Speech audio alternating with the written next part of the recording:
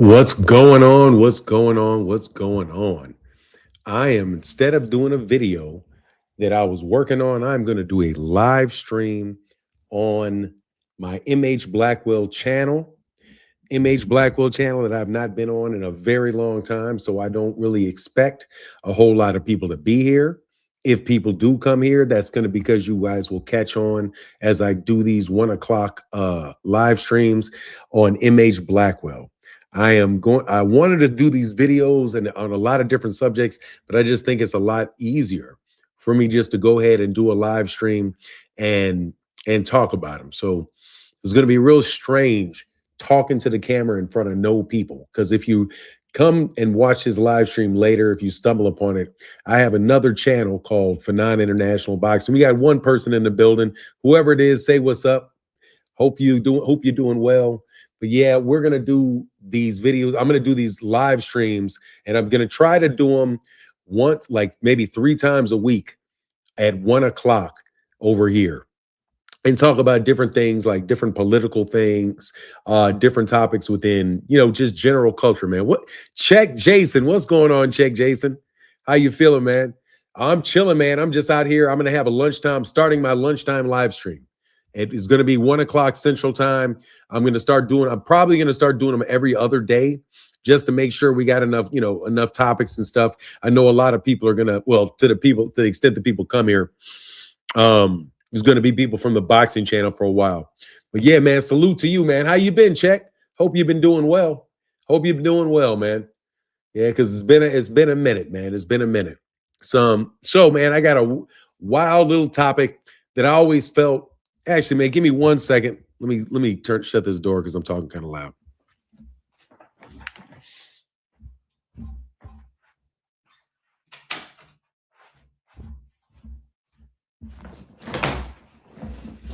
You been okay? That's what's up, man. Good for you. Good for you. Good for you. Good for you. Good for you.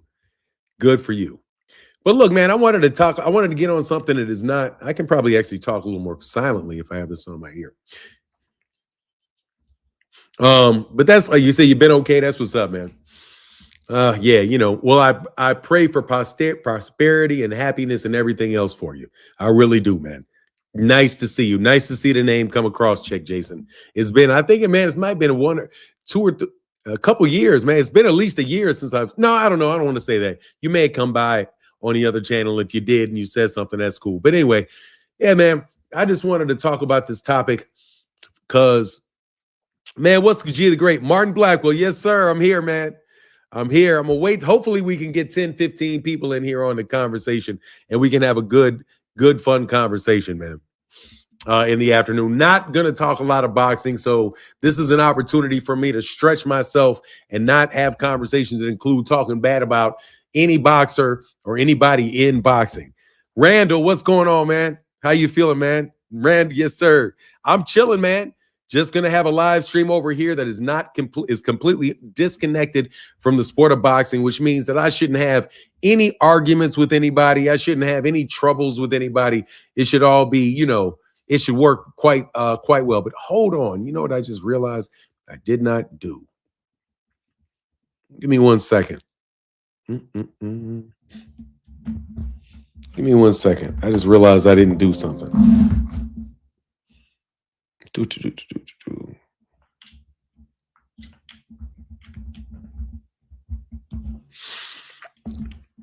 Oh, where'd he go? Where'd you go? Yeah, I'll do that a little bit later, man. I'll do it a little bit later.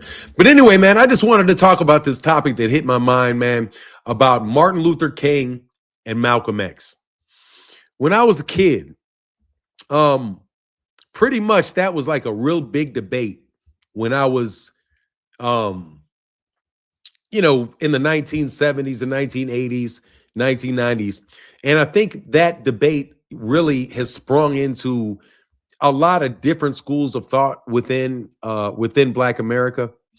So the first one that I was really ever familiar with was this debate about, Malcolm X and the Nation of Islam and kind of a segregationist view of how Black people should be separate, separate, and had their own land and their own everything, versus integration, which is where, in a very cheap way of describing it, obviously, is where you basically just intermingle with community and have one big community where everybody can be together regardless of race, creed, color, and all of that.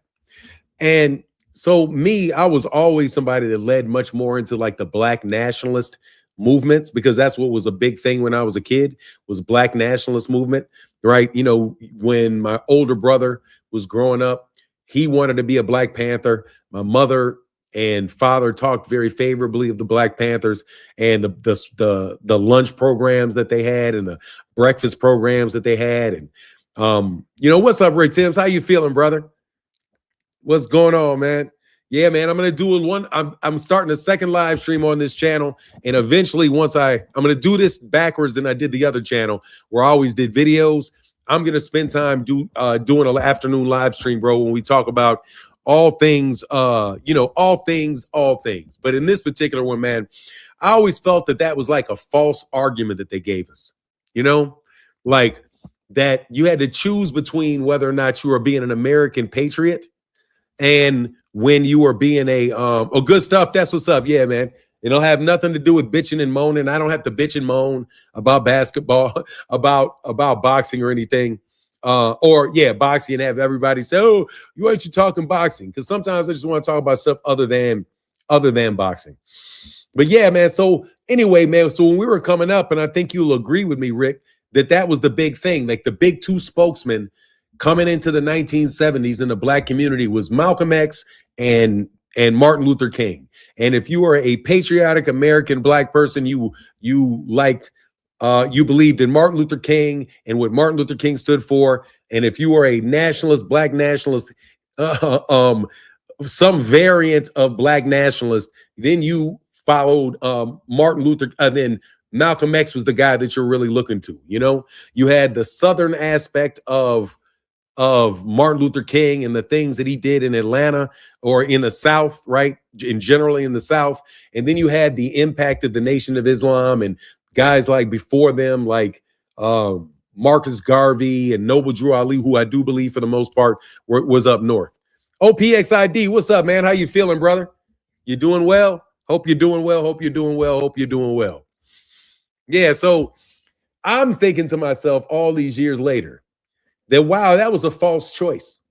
Like it was the debates themselves turned out to be like a mini version of what goes on in the Republican Party and in the Democratic Party, and how it's like a two-party system, and you got half of the people over here, you got half of the people over there, and the both halves of them argue with each other, and they try to compromise with each other, but ultimately nothing really gets done except for it enriches the people that are on top of those two particular chasms. You know what I mean? Those two particular the two parts, right? So that's what it kind of seemed like, man. It seems, looking back on it, on my adulthood, looking back into my childhood, that whole thing was a manipulation.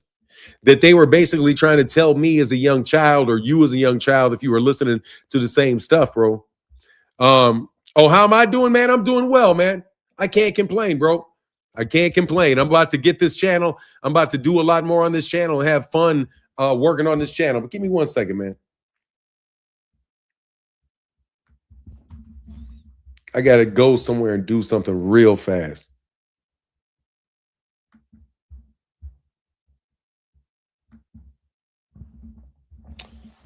Give me a second, my bad.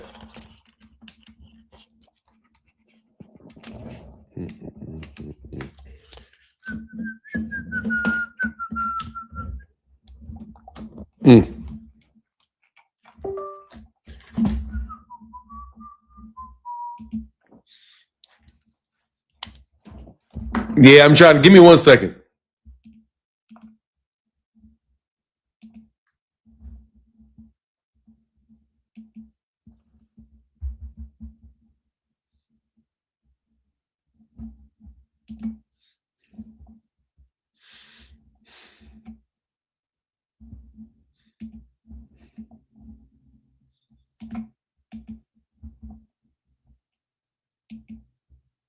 was signing the fucking. Anyway, I fucked that up.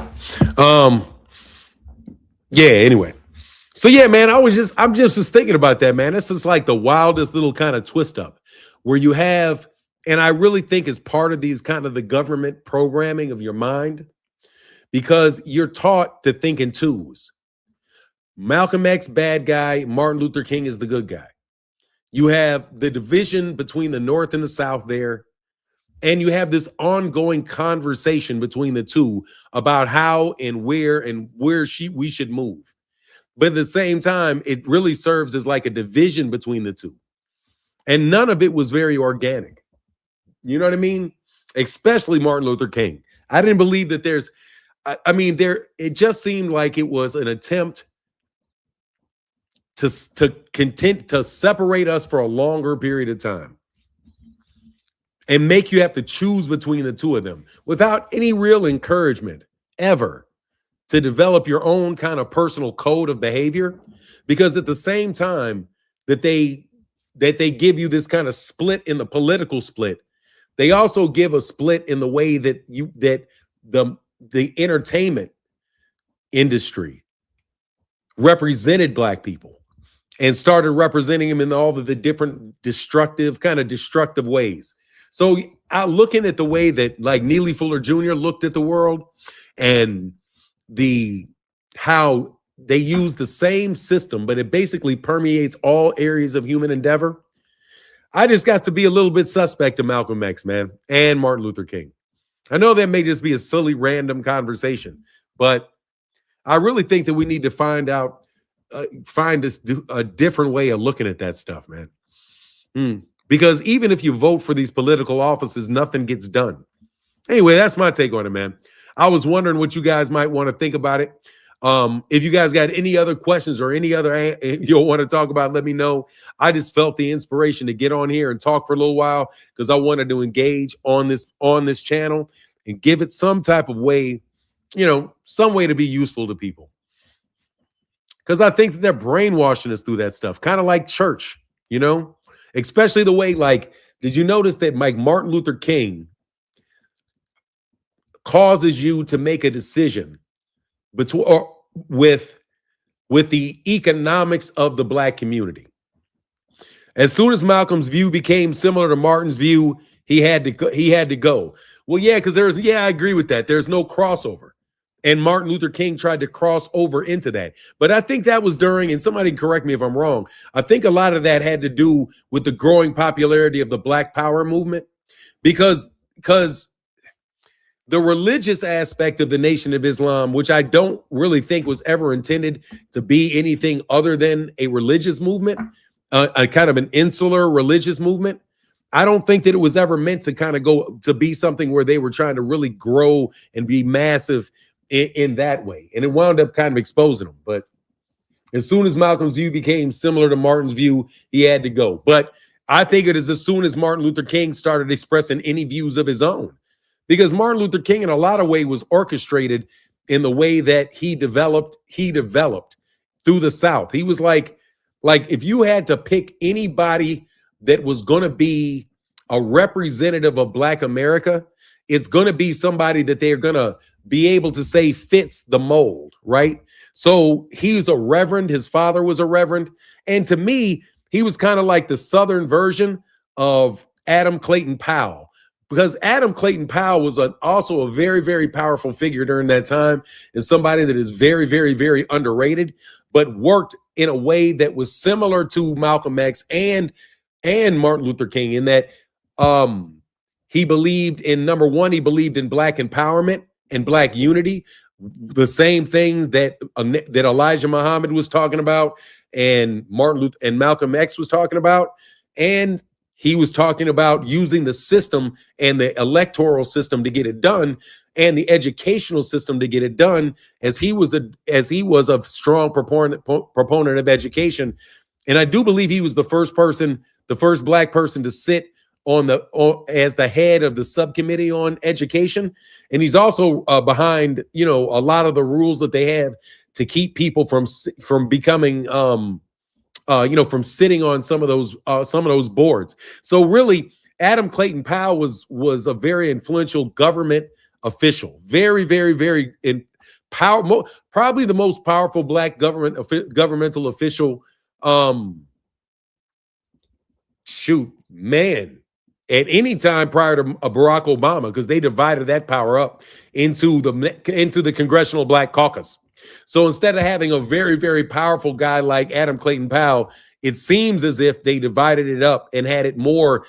They have more congressmen than they had then, because he was the first one in a long time. But they watered down the power of being a congressman and diluted it by having more voices. Eventually, I think he wound up getting forced out of office by Charlie Rangel. And when I was coming through college, Charlie Rangel was somebody that was a very very influential U.S. congressman. Guys like the Fords, Harold Ford Sr.'s father. Yeah. So yeah, there's always, I think there is that kind of like that. You have the religious sector of Black America, whether it be the Muslim sector or the Christian sector. Also, Martin Luther King and Malcolm X, as a similarity, were both in a struggle between Christianity and Islam.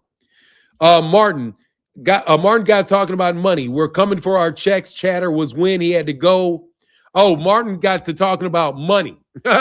We're coming for our checks. Chatter was when he had to go. He was fine talking about nonviolence, bus boycotts, and etc. But when he began talking about blacks, what blacks were owed, oh yeah, that'll get you out of there when you want your money.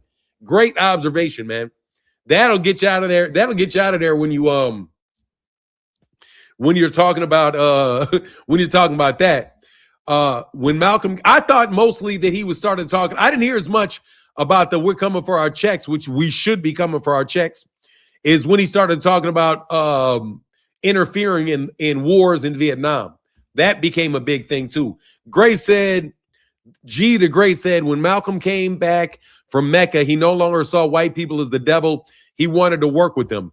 Yeah, see, that's why I'm suspect. That's why I'm suspect, man. Like there's things about Martin Luther King that make me suspect of him, and there's things about Malcolm X that make me suspect. Look, was the conversion authentic? Was it truly authentic, or was it as a result, a natural result of where he had to go in his career? What up, Jameson Childress? How you feeling, man? Yeah, man, I'm doing lunchtime live streams, man. I'm gonna do lunchtime live streams where we don't talk about boxing and people can't get on my back about talking about. Man, hold on, man. No, that shit is, you know.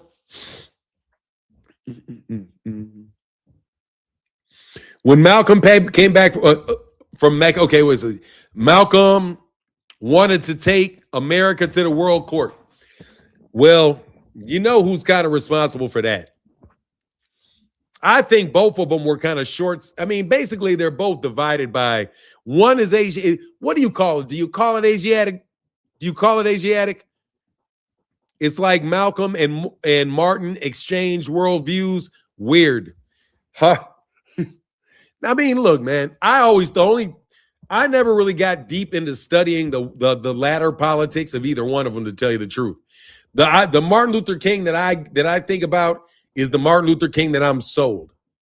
The Malcolm X that I'm thinking about is the Malcolm X that I'm sold. You know, they don't talk a lot about what Malcolm X talked about what's going on in Palestine, what's going on in the Middle East, and became an ambassador for Islam throughout the world.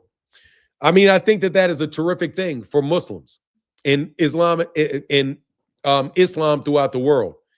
I don't know necessarily if that was the route that a lot of very, very conservative Black Americans around the time of 1950 and 1960s would have found to be a very appealing idea, because we are by and large in the United States a Christian people.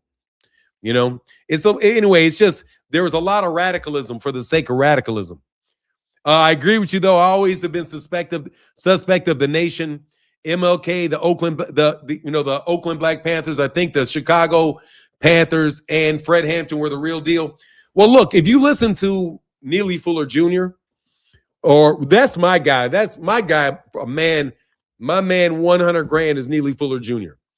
And I don't think that really any organized group of people are going to really be able to do anything to the system and the power that be. And, you know, for the sake of this video, I'll say who I think it is. I mean, I really do believe in large part it is the Zionists. Marcus the Villain, what's going on, man? Marcus the Villain said, hey, Martin, good to see you live again. Yeah, man, I'm going to have live streams in the afternoon, man, where we can talk about anything y'all want to talk about. If y'all want to jump up here and talk about something, man, we can chop it up. Open platform for what you guys want to talk about, you know, and because I got to find something else to talk about other than just boxing all the time. So we're going to do this one. You know what I mean? But like, I don't want to belittle the sacrifices that were made of Malcolm X or the sacrifices that were made by Martin Luther King. I just don't think that I just don't think the fundamental idea of creating new groups and new organizations are going to solve the problems of everyday people. I think in order for us to solve everyday problems that happen to people every day, they have to be very, very practical. I mean, very, very practical things that you do to improve your life. So, I mean, I think, and a lot of times we hyper focus on politics, we hyper focus on religion, hyper focus on entertainment, and kind of get away from the internal processes that you need in order to make daily life and progress in daily life, right? So in my experiment this year, I'm going to do a lot of content on this channel. And I'm hoping that by doing this content on this channel that I'll be able to find another avenue to, you know, express myself in a way that I don't think is as toxic as boxing is right now. Marcus T. Villain said, just always appreciate the knowledge and point of view. You always drop gems and messages on your IG for a little advice. Yeah, man, anytime, bro. Anytime y'all want to chop it up with me about it, hit me on the IG. We can always chop it up. You know what I mean? We can always do it. But yeah, man, and here's my little confusion. I'm trying to, and I'll try to over a period of time, try to figure out the reason that I think it's important is to look back at the civil rights movement versus like the Black empowerment, Black nationalist movement, or the integrationist movement and the Black nationalist type of movements, is that now you kind of see the same thing going on as I look at it from a distance with African descendants of slaves versus foundational Black Americans and the whole concept of tethers. And it's interesting because it all is so divisive that it's really very, very hard to see the forest for the trees.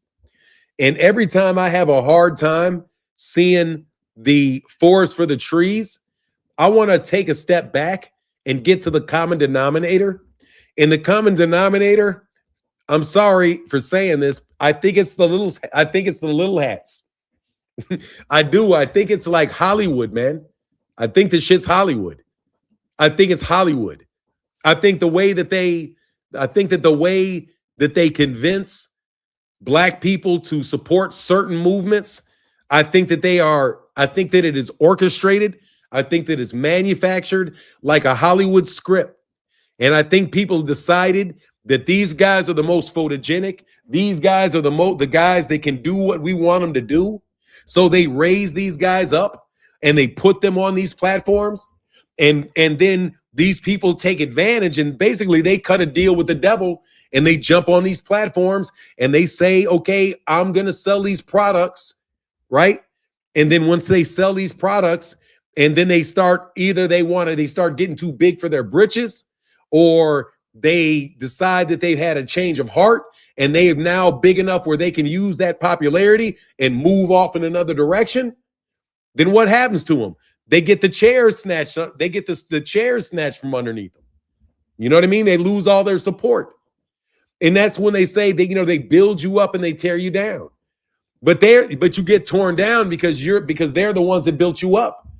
Right? You make the concessions early in your career. You make you do all the negotiations And then when it's time for you to want to really make decisions for yourself, you're so compromised by all the compromise you've made over the courses of the years that the only real way that you can effectuate anything is through the status, through the quote, through the place that you already in. You know what I mean? I think a lot of it's Hollywood, and people are the faces basically poverty pimping. Yeah. I mean, look at Al Sharpton, for example. Al Sharpton, look what he went from. He went from being this radical and his name is the Reverend, and I don't think that is coincidental. Reverend, somebody you're supposed to fear or hold in reference, right? Like even like with the Reverend Martin Luther King, right? There's a difference between a pastor and a reverend. A reverend is somebody that you're supposed to fear and respect, somebody of great stature, right? But does the Reverend Al Sharpton really strike you as a reverend? Does the Reverend Jesse Jackson really strike you as a reverend? Holy and Reverend is not his name. Telling you, that's what they are. They're like the bullies of the religious community, the reverends. My mother said she never has a reverend. She would never call somebody a reverend. She calls them pastor. Yeah, man. So, yeah, it's just wild, man. And see, I like this. I can pontificate on this particular channel for a while. But I will be, hey, man, if you wouldn't mind, can you hit the like button, man? Can you hit the like button? If you wouldn't mind. And share the video. I'm sure over time we'll be able to, you say your mama knows her ish. Yeah, my mother said she don't have a reverend. She said all she has is a pastor. All she had is a pastor. So that's what made me, that was really what had me tripping, because I'm like, okay, if mama tell me she don't mess with reverends, let me go through all the reverends. The Reverend Al, the Reverend? Yeah, he was a reverend too. Reverend Adam Clayton Powell. You're supposed to hold him in reverence. Yep. Yeah, my mother. Yeah, your mother will teach you a lot of stuff. So anyway, that's why I don't believe you cats, man. I don't believe you cats no more, man. I'm not believing you. I need to know what the end goal of this stuff is, man. What's the end goal? If the end goal is to continue to keep people divided, then I don't think I should be joining any groups. And I think that my guy is 100% right in the way that he viewed it. It stands and it makes Neely Fuller Jr. and the approach of Neely Fuller Jr. stand that much more the test of time. For me, the idea that in order that black people are in a large way, we're toxic for each other. Because what in every area of human activity, whenever you get around in groups, you are more susceptible to the toxicity of those people in that group. Yeah. What a brilliant, brilliant man. The goal has always been to keep us divided. Yeah, now here's the thing. You really can't divide one person. Or can you? You can't divide one person. If you have a code of ethics that you apply to your everyday life, that is a way that you cannot be divided that way. If you are critical of both sides that are presented to you, and you refuse to pick the lesser of two evils because they both mix their messages, you never get completely what you want out of either side, but you're going to pick a side because you're always made to pick a side. Like oftentimes when I get into political discussions like this, people want to ask, are you a Democrat or a Republican? Are you a conservative or are you a liberal? Are you are you one or are you the other? Are you on or are you off? Are you pro this or are you anti that? It's always like a bifurcation.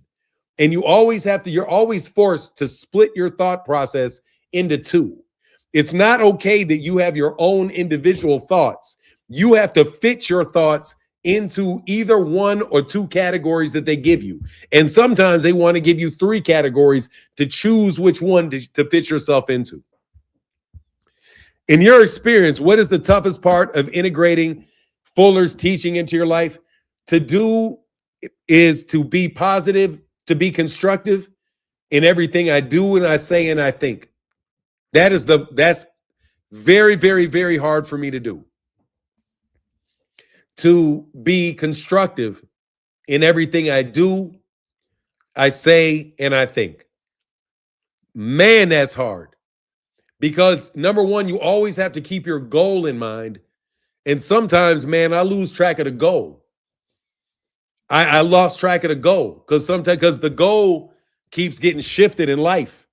So sometimes I don't really know, like, what am I being? Is this constructive or is this non-constructive? Right? Like sometimes I want to hit this vodka and I'd be like, boom, boom. And then I'm like, is that constructive? Well, shit, it makes me not want to hurt nobody. but then is it constructive? Well, it's bad for my health. So, it's like, it's like, yeah, it's really tough to be constructive in everything I say, everything I do, and everything that I think. That's very, very hard. It's tough. And then, yeah, the choice of two evils is still evil. Exactly. East Wheaton in this biatch. That's what's up.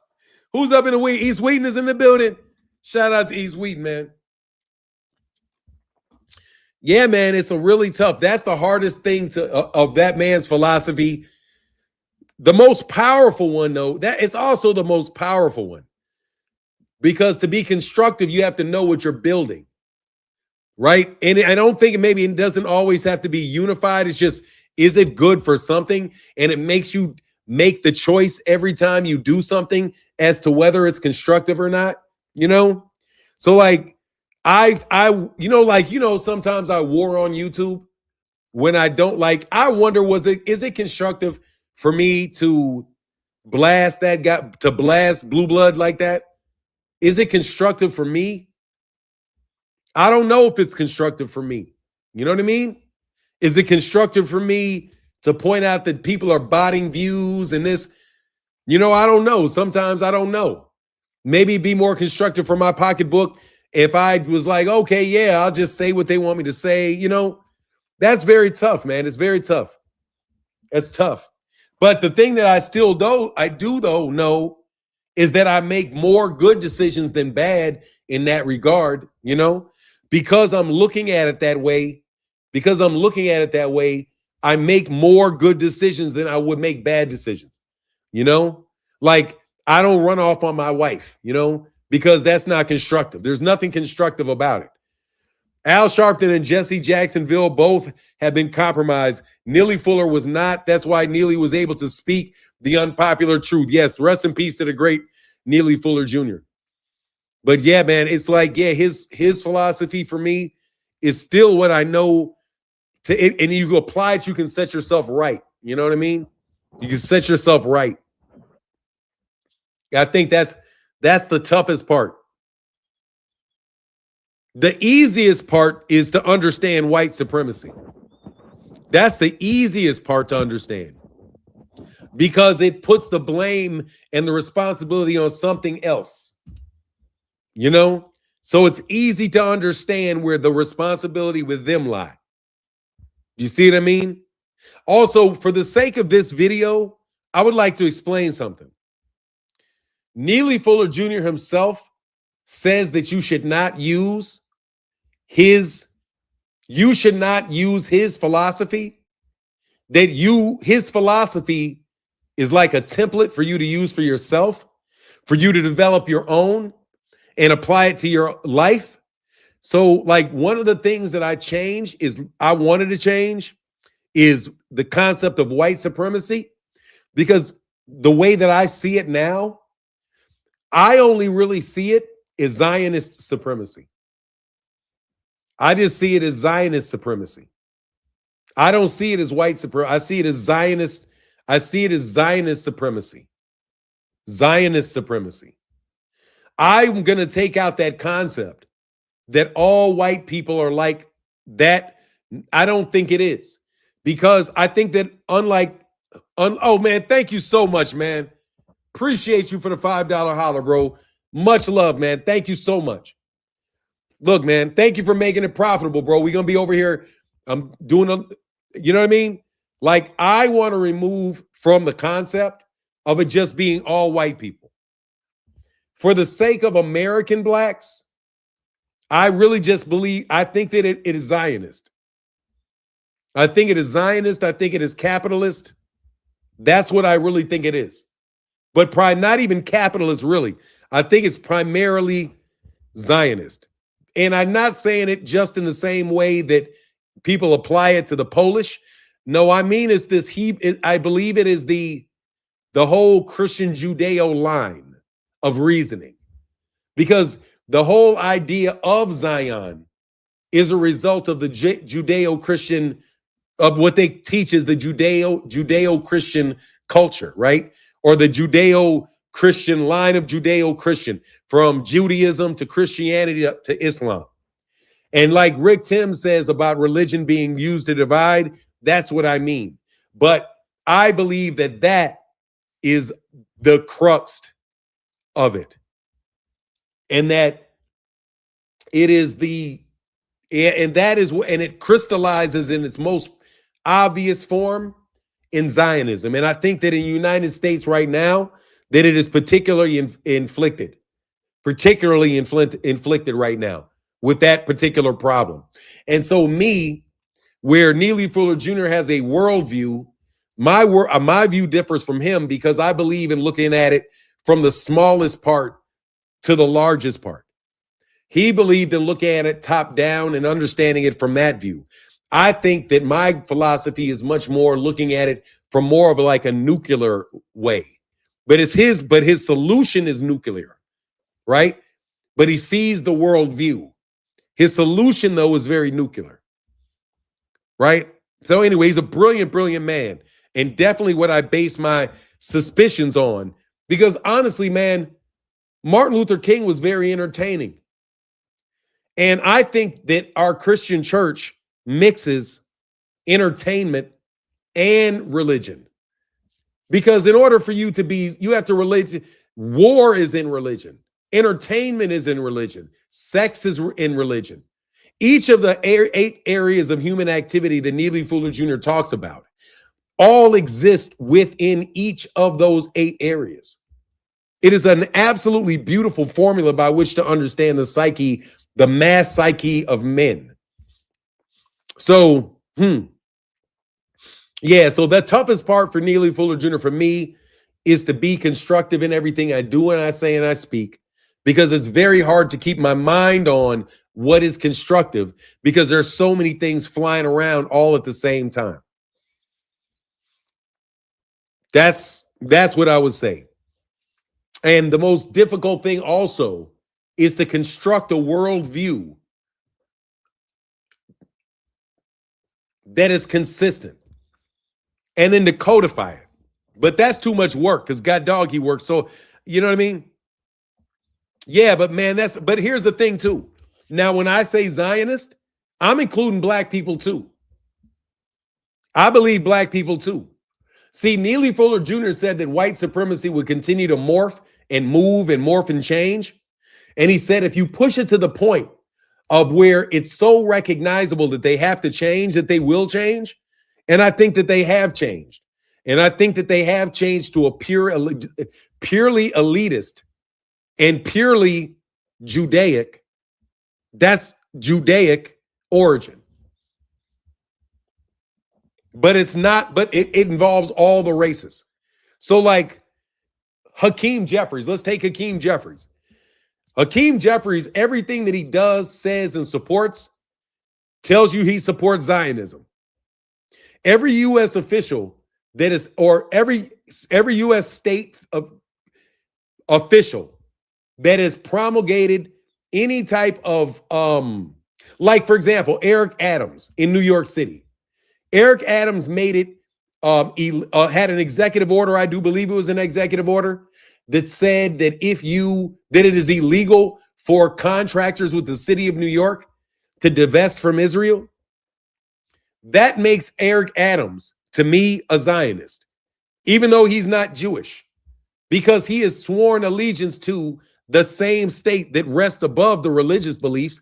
It also relates to the economics. It relates to war. It relates to entertainment. Every area that you participate in this system that Neely Fuller Jr. Explains, your person is in every one of the 8 areas. So just because your profession, you lap over when your profession is entertainment, and you mislead people and mistreat people for entertainment purposes, that feeds into people being mistreated for war. Why? Because there's economic effects to your entertainment, which flow into war and allow the money to pay for the war. Once you're in the system, you are completely in the system. It is like a web of actions and reactions, no matter what area of human activity your profession is, or when you decide to participate in it. A lot of times when we talk about war, we don't necessarily think of war as like, what about YouTube beefs? Is that entertainment or is that war? And are the interests of these people being entertained when we argue and debate with each other about boxing on YouTube? Absolutely it is, because it allows them to divide and conquer and separate. And look what's happening in the world of sports as a result of these manufactured back and forth, made up algorithm, made up and manipulated algorithms in entertainment. Do what? It skews the way that politicians are elected, right? And it affects the economy of people. You cannot be a sellout in one area without being a sellout in all areas. That is why the system itself is so strong, because it is more like a dodecahedron or a multifaceted or much more intricately connected dodecahedron type of thing when you look at the interrelationships of people, actions, and tensions and otherwise, both on a mental level, spiritual level, physical level. You cannot, if you're a sellout in one thing, you'll be a sellout in all things. That's why your suggestion, that's why it's so important to be constructive in everything you do, you say, and you think. Not just be constructive in, I'm just going to be constructive in the area of, in my chosen profession of, as a pastor. But also when you bring in that politician and you co-sign that politician for kickbacks, just because it benefits your church, it's you're pulling on the system that causes injustice and an imbalance somewhere else. Thank you guys so much, because this is what we're going to be doing on this channel, because it's so much easier to make sense of it when you talk about it. So yeah, man, that's what I would say is the most difficult thing with Neely Fuller Jr. and the philosophy of Neely Fuller Jr., which I have to tell you is second to none. For me, the only person that I think approaches Neely Fuller Jr. is Frantz Fanon, who is very, very eye-opening as in a very interpersonal way as to how you see yourself and how the impressions and all the pressures of other people and their impressions on you form your impression of yourself and how you think you need to behave. If you take the teachings of Frantz Fanon and on that psychological level, and then apply that to Neely Fuller Jr., who basically only goes down to the level of your personal decision making, but not necessarily your capacity to make good decisions. So with Frantz Fanon and understanding that your own mask, your own presentation, and how you do things and how you react based on what you believe other people think of you, you can then start defending yourself from these bullies that put all the pressure on you to mistreat people. Because a lot of times when we mistreat people, it's a lot of it's peer pressure and a lot of bullying, right?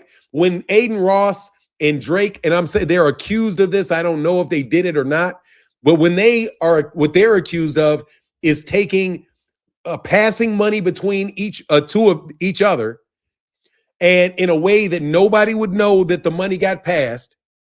One guy buys views for the other to mislead the fans of the other as to how popular they are, and also to mislead businesses into paying that artist more money, which does what? Allows that artist to pay more money to the guy, Aiden Ross, and it just keeps going on and on and on. You're running that little laundromat, that little but you know what it is? It's neo-colonialism is what it is. It's neo-colonialism is what it is on a psychological level. You are colonializing the life of an individual person in every area of human activity and monetizing it.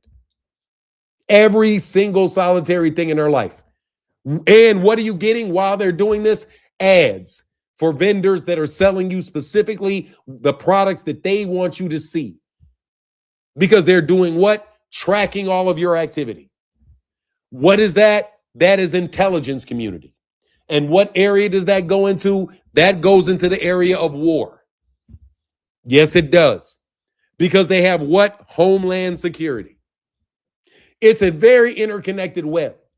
And the only way that you can actually effectuate it is for you to be constructive in everything you do, you say, and you think. Most of the time that these celebrities get torn down, it was over the things that they did which were non-constructive or damaging to other people.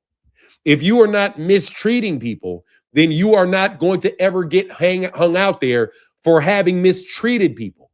But that doesn't mean that there won't be accusations. So when you're innocent and there are accusations made, that is another form of mistreatment. And when we support people just based on accusations without knowing whether it's true or not, we are doing what? We are working to mistreat them. And that's why you need a code of conduct that is based on the two things: being constructive in everything you do, you say, and you speak, and also not, which will mean that you're not mistreating people. Because if you're doing something constructive, then that's not going to mistreat someone.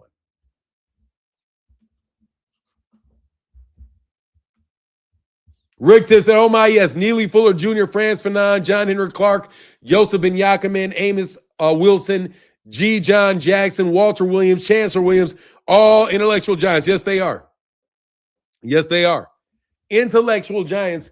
And that's why I want to talk, because I've actually, I was old enough to be around when these guys were actually alive, with the exception of Franz Fanon, because I do believe Franz Fanon died before I had passed away before I was born.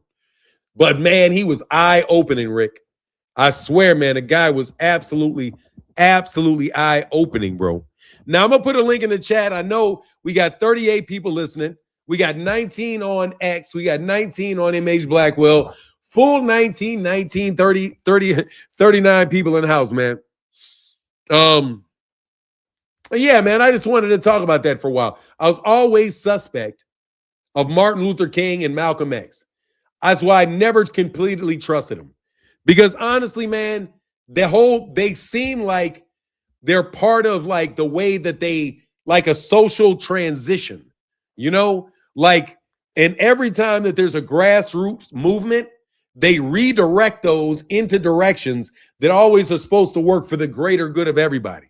But the way it comes down is, and the way things have progressed, is that there's so much money being thrown around in the upper middle class that it's disgusting. There's far more poor people now, but there's more billionaires. And there's how many hey, can anybody tell me how many black billionaires there are in the United States right now? How many black billionaires there are in America?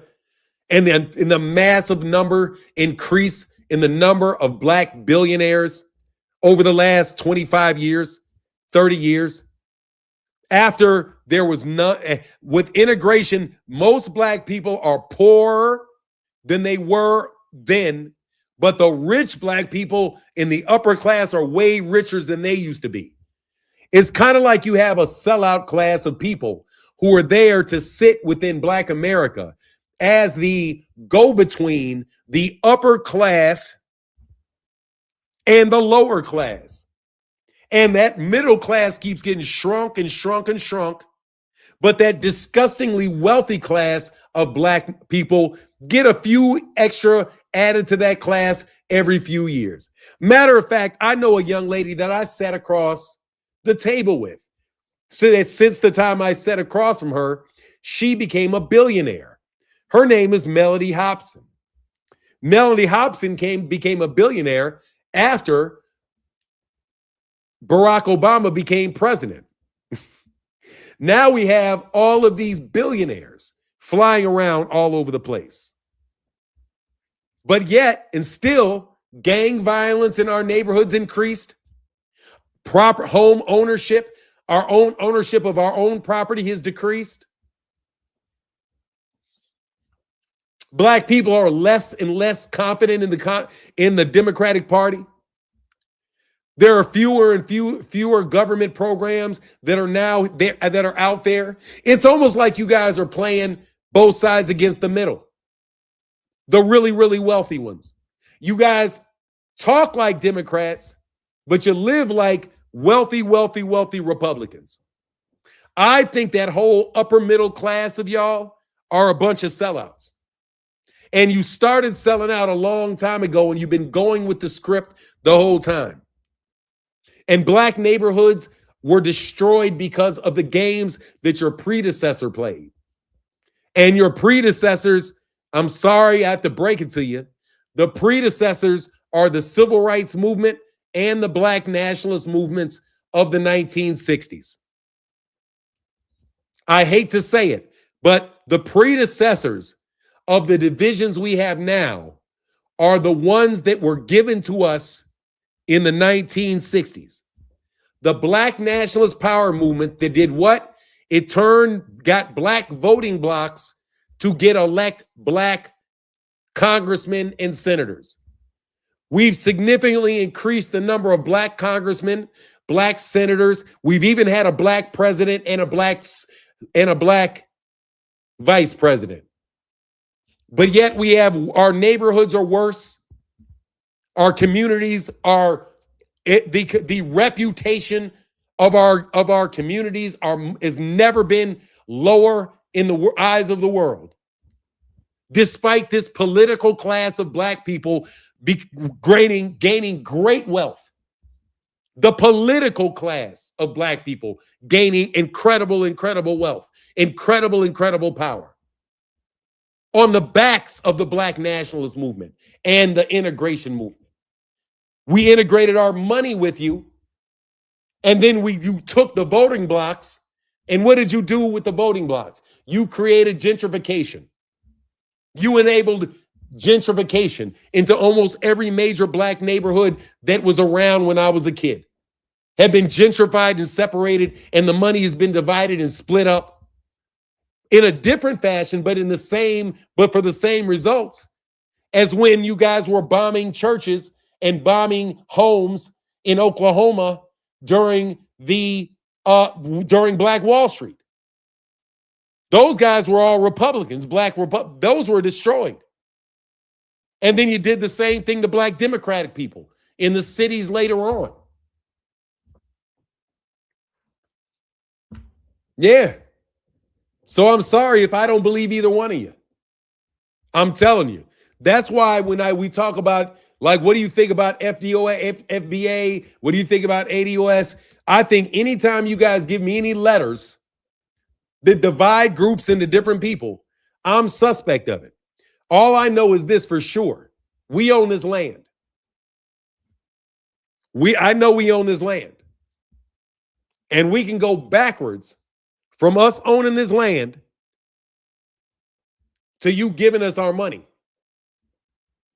That's constructive. The solution for black people, no, will not. Hey, Great said, hey, I want that talk I want to hear. It makes Blackwell for the win. Yeah, man, I'll do this, man. We're going to do this every day. I'm going to get much more because I got to get into conversations with my guy. Phenomenal Nuke. Anytime I hear letters, I just feel like it comes from the CIA. Look, man. The boxing novice said I'm live, but I didn't even, what is that? Shirley Chisholm wrote it. I'm late, but Martin didn't even write I Have a Dream. Yeah, Shirley Chisholm wrote it. Shirley Chisholm wrote it. That was Shirley Chisholm. Shirley Chisholm. Just like Martin, guess who didn't do his own research? Malcolm X didn't do his own research. John Henrik Clark did all his research for him. Seriously, these guys, man, dog, for real. These dudes look like actors to me. Like the situation and all the stuff. I don't know, man. I just think it was a psych op, bro. I just think a lot of that shit in the 60s set us up for a program that they already knew they wanted. When we came into our own money and when we come into our own independence, we're going to be in a different type of slavery.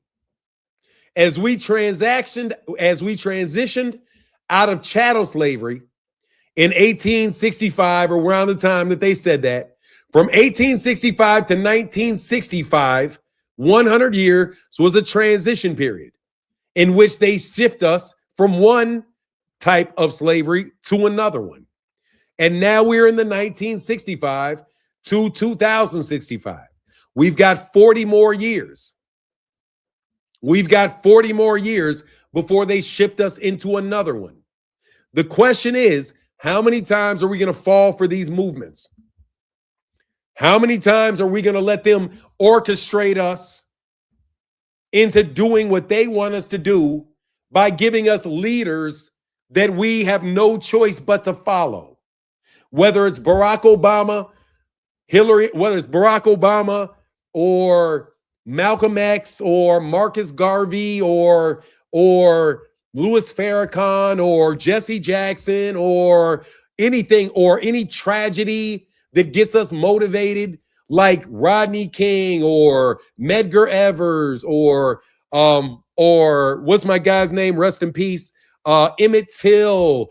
All these different traumas that we get thrown into on a regular basis. All these movements that we're asked to participate in every 5 years, all meant to direct our focus to where they want to be doing, they want us to go to. And unless you understand that, and once we understand that, then I think we're in a lot better position to deal with the question that you asked me, which was what the most difficult part of Neely Fuller Jr.'s philosophy is. It is to be constructive in everything you do, you say, and you speak. Because it's with all of these different movements and boycotts and jump over here and turn your head there and be outraged about this and be outraged about that and be entertained by this and all the smoke in mirror show. It's hard to know what the straight path is.